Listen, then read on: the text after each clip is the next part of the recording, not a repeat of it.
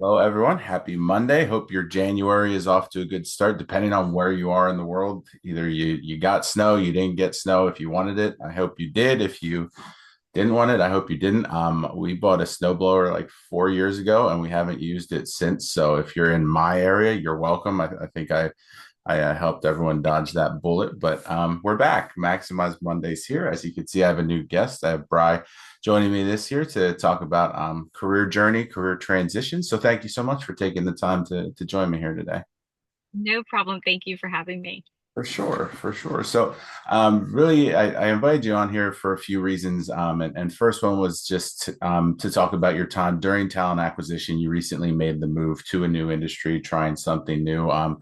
And for people who are in talent acquisition, trying to remain in or looking to make the move, they know that the industry right now it's kind of chaotic. There's been a lot of cutbacks, a lot of changes. A lot of people who were in recruiting and talent acquisition are at that point now where they have to find something new. So you did that. You're working your way into the real estate industry, focusing on mortgage loan originations. So kind of walk me through that journey. What initially drew you to that specific industry, starting with real estate, and then you can do a lot in real estate. So how did you narrow it down to get into what you're going to start doing now? Yeah, absolutely. I 2.5 years ago, probably about 3 years ago, almost, I was in talent acquisition and I got laid off. It was March of 2022. Mhm. And I was 8 months pregnant and had no idea what I was going to do. I knew I couldn't get a job right away because I needed, maternity leave, and I was obviously a mess. I really enjoyed what I did. I loved helping people. For the most part, talent acquisition is a happy job. You're changing people's lives at times, and I knew I wanted to do that still. But I needed a major thing, which was flexibility now because I had a newborn. And I realized really quickly that the talent acquisition doesn't offer much flexibility. And I really leaned into my family. So my family is really heavily involved in real estate. My uncle owns Charm City Builders. I don't know if you're aware of them. It's a pretty big company in the Baltimore area. And my mom is actually part owner of a home a mortgage company. She's been doing it for years, and she always had asked, like, why aren't you doing, loans? And I'm like, I really like the path that I had taken, starting in HR and then focusing in talent acquisition. So Yeah. I really liked it at the time, and I liked helping people, and I learned that I could step into this role and still help people and help them reach like one of the biggest goals in some people's lives, which is buying a home, um, but will also offer me the flexibility that I need. Sure. Yeah, Yeah. definitely. Definitely. So, let's talk about, a lot of people I talk to who are trying to move into a new position. They want to hold on to, some of the things that they did in the past. And with you being in talent acquisition for so long, obviously the focus at that point is candidate experience. There's sales to it, there's communication to it. So, how did that experience kind of play a role in you taking this next step here in your career? What are some of those skills that you developed in recruitment and in talent acquisition that you're now hoping to support your growth as you move into real estate and loans? Yeah. So, as you know, the biggest thing is candidate experience. Helping your candidate get a job, you know, being you're the face of the company that you're also representing. So all of the skills that I had learned in talent acquisition, I can transfer over to loan originating. And I think the biggest two, I could sum two together, or we could say three: communication, follow up, and relationship building. Following up and communication can make all the difference in any career. But when you're trying to have somebody choose you and use me as the loan originator, I need to be following up with not only the buyer but also real estate agents. And it reminds me of the hiring manager candidate, Mhm. and then you have the real estate agent and the buyer. Yeah. So I'm really leaning into the skills that I had learned previously. And relationship building is just so important. You have to build the relationship with your hiring manager so that they respect your guidance and they can trust that you are choosing good candidates to support their role. And now I'm relationship building with real estate agents that they need to trust me that I can take care of their client on the loan side. So I think that's the biggest thing. They're they're very similar, which I think I'm lucky for, and it kind of gives me a leg up in the real estate or the loan originating piece that I'm doing. Yeah, definitely. And I'm glad you brought up relationship building because that's definitely an important one and probably one that a lot of people don't think of initially, like right off the bat. And you and I back in the day worked in agency recruiting where metrics are a lot really based on relationship building and everything else. So it's definitely a comfort zone for us now as opposed to when you're first starting out in something like that. Yeah, absolutely. It's really important. Yeah, for sure. So, and when you were in talent acquisition, you kind of moved around a little bit. You tried some new industries, different industries. So you got to explore, healthcare, retail, things like that. I think that your success and your growth has kind of been because you've been able to adapt to so many different, industries and business units. So, back then, how did you try to push yourself to expand on your skills? Because a lot of companies, when you start there, they have growth plans, and you can follow those for sure. But there's always going to be limitations in that. So, how did you try to get outside the box and explore new opportunities? Yeah, so when I started at Maxim. I actually was a reimbursement specialist at Maxim, and I really liked the company, and I knew that I just wanted to grow, and that wasn't what I wanted to, I didn't want to collect forever. So I had made my way into talent, and then like you had said, I moved to actually ABA therapy recruiting. So I was looking for therapists to work with individuals who had autism. And then I went to retail, and retail's a whole different ball game, and but I think just like what was important was like always staying hungry. In the recruiting world, you have to stay hungry and you have to be on your toes and you have to be researching, and also just being able to stand out to hiring managers, standing out to candidates. I worked for Lowe's, which is a fairly big company. Everybody knows what Lowe's is, but everybody knows what Home Depot is and Target and Walmart is. And I think that's like the biggest thing is just being able to stand out and just staying on your toes and thinking outside of the box. I remember when I worked for Lowe's, we had a big push on hiring Hispanics. And we want because there's so many the Hispanics coming in to purchase things and no one was able to speak with them. So just really thinking outside of the box, I was going to places that I never would think to go, but just to be able to meet Yeah, individuals who were Spanish speaking, and just like taking that next step. You're working from home and you're in your cozy space, but just taking that next step, I think helped me stand out, and also be successful in filling my roles. yeah, no, absolutely.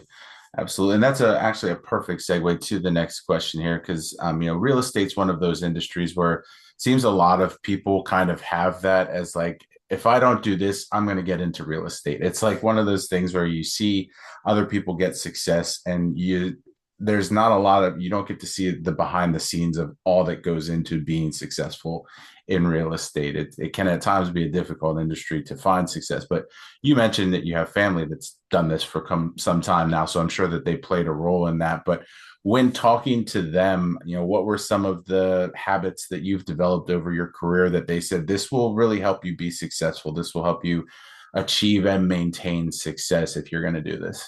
Yeah, I definitely think having my family in the industry gives me a leg up, right? I am a dime a dozen. I was a dime a dozen in talent, and I'm a dime a dozen now as a loan originator. And you're right. It having my family definitely gives me a leg up, but I think there's skills that you learn throughout life or in different positions. When you start out and you're working at a snowball stand, you learn customer service to get your tip, and so speaking with my mom, and my my uncle who is a, a, a real estate investor.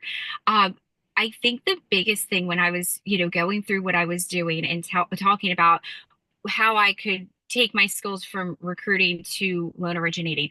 I was really, I have a lot of patience. And after having two kids under two, I have even more patience. And buying a home is a really stressful process. Starting a new job is a really stressful process. Mhm. So I think I have the ability to like just take somebody's hand and just walk them through the process and just be as patient as possible, answering the same question not once, twice, but maybe five times. I'm okay with. I Yeah. think I've just learned that people need that, and there's been times where I need that. So being able to be empathetic and like being able to relate to the customer or the candidate is a really big skill that I think will lead me to success in this role. Yeah.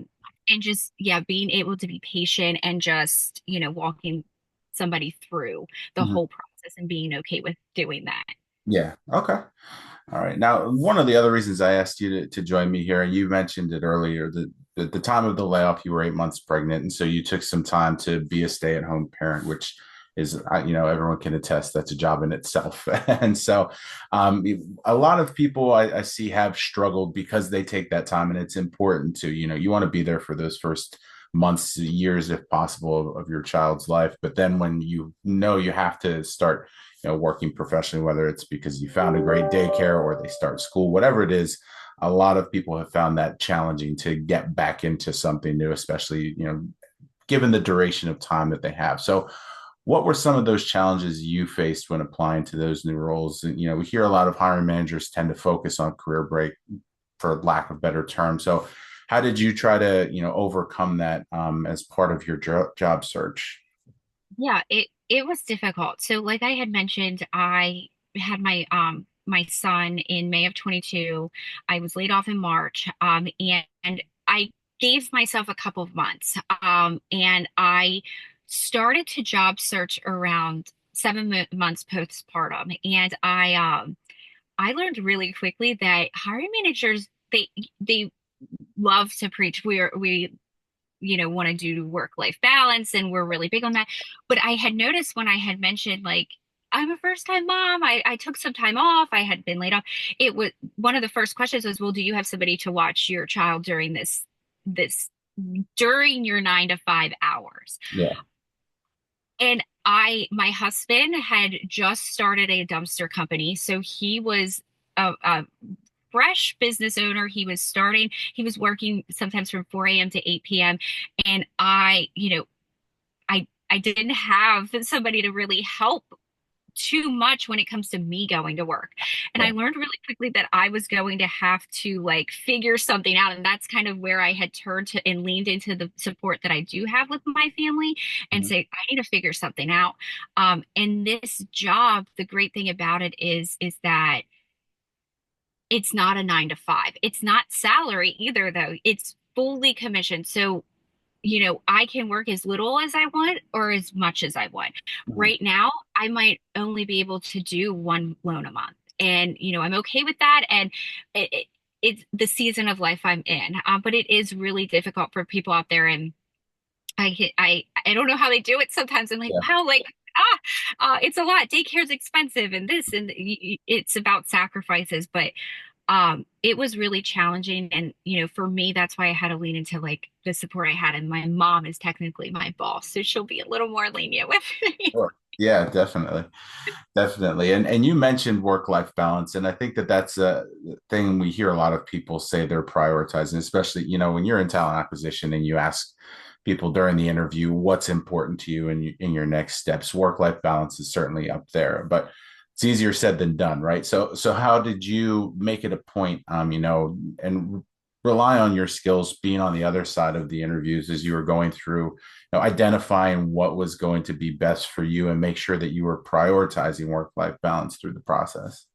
Yeah, when I was interviewing, because I was actually interviewing for um, other talent roles, Mhm. I, it's terrible for me to say. I like almost I was spiraling a little. Like I didn't know what I wanted. I was always this person who, as soon as I got like a taste of the recruiting world and I started making my way up the chain, I was like, I want to be a director of talent acquisition and I want to do this and I want to manage a team of recruiters.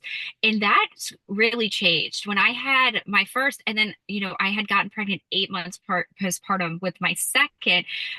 My whole like idea of what I wanted when it came to work changed. And to be honest, it was like it it was really hard for me. I didn't know what skills I don't even think that I had any at the time where that I was like, this is what I want and this is what I'm going to put into it. And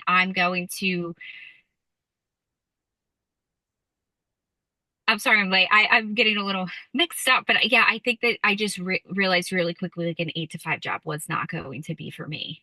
Yeah. Okay. I got it. Now, I mean, working in talent acquisition for the years that you did, networking, branding, those are some of the key aspects of being successful in talent acquisition and recruiting. And certainly that's the case in the real estate industry as well. So I wanted to kind of walk through this because you have a network already, obviously, but you're going to have to start over a little bit because the network that you have in from talent acquisition is probably, there's going to be some overlap, but you're going to need to start networking, meeting new people in the industry, things like that. And I've always found that people say networking is kind of the most overwhelming piece when they're starting out and doing job searching or building relationships, things like that. So walk me through that. How are you? What are some of the things that you're looking forward to in terms of building that network, establishing your brand in a new industry now? Yeah. So you're right. In talent acquisition, you're definitely networking, you're doing hiring events, and all of that good stuff. And it does kind of, again, like I said, it goes from talent to loan originating. Mhm. I think my biggest thing is that I definitely have a fear. I'm not afraid of putting myself out there, a fear of getting rejected by a candidate or a real estate agent because I'll keep trying. But being able to get online on social media and put myself out there, it's scary. You worry about what people think and you worry about that. But I do think that the network that I had built from talent acquisition, everybody is either looking to buy a house or knows somebody who's looking to buy a house or knows a real estate agent that may want to use you. So I learned that I need to put myself out there on my LinkedIn account, on my Facebook, on my Instagram. And then I think just putting myself out there and not being afraid of embarrassing myself on there is important. And I've also learned that in this role, and even in talent, you don't have to necessarily attend a networking event to network yourself. Anywhere you can go, you can offer your card or, just ask, are you looking to buy a house? Do you know anybody who wants to buy a house? And previously it would be, are you looking for a new job? Do you know somebody who's looking for a new job? So just putting yourself out there, and not being afraid to do so. Okay, perfect. And again, great segue to the final question here. And it's the question everyone who joins me on the show gets, along the way. And you can do this from both sides of the table here because you've been in the interview process as an interviewer, interviewee, or just in terms of job search in general. But during this whole process, did you find there was a piece of advice that you either received that you found very beneficial or one that you kind of bought into yourself when you were the interviewer that you would remind yourself of when you're going through this process? What's that key piece of advice that always sticks out to you? Yeah. So when I made the switch from to Lowe's, I had the opportunity to work under somebody who was the best boss. I could not say nothing bad about this guy. He was an amazing boss, an amazing person. And when I had first started, the role that I was a talent acquisition partner, and the role was fairly new, and our team was newer. A lot of them had worked for Lowe's previously, but was newer to this TAP team.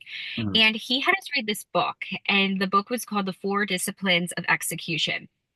And I'm like, what is this? What? I already have enough that I have to do. I have to recruit for this and do that and learn a new job. Why do I want to read a book? And he had us read this book, and I guess necessarily maybe not advice, but or like a slogan of any sort, but it was basically just breaking down expectations and setting goals. So I think the biggest advice that I took from that role and him and this book is that I can set little goals for myself that will eventually get me to my big goal.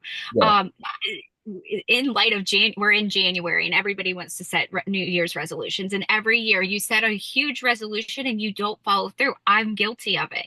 Yeah. So, setting little goals for yourself, will eventually get you to that big goal. Um, am embarrassed to say I had to take my loan originating test for my license 3 times. So on the third time I finally passed, but I had this goal that I was going to just at first I was like, I'm just going to take the class, I'm going to study for a week, and then I'm going to pass. Mhm. No, didn't happen. By the third time, I was like, I'm just going to take 20 minutes a day. And just setting these little goals got me to my big goal, which was passing and, essentially getting my license. But I think I thought back about that book and I'm like, I'm getting way too ahead of myself. I need to set realistic expectations. Right. Yeah. Right. All right. Yeah, I love that. And I hear people say that a lot, especially this time of year with the whole resolution thing. I have friends that do like one small thing a month as opposed to one big thing a year, and Yeah. I found a lot more value in that. So that's certainly I can attest to that being the case for sure. That's really good. I like that, setting one small goal a month because, going to the gym 7 days a week, life gets in the way and just it doesn't work. So Right. Yeah. yeah. Best laid plans for sure. Yeah. Well, Brian, I'm so appreciative of you taking the time to join me.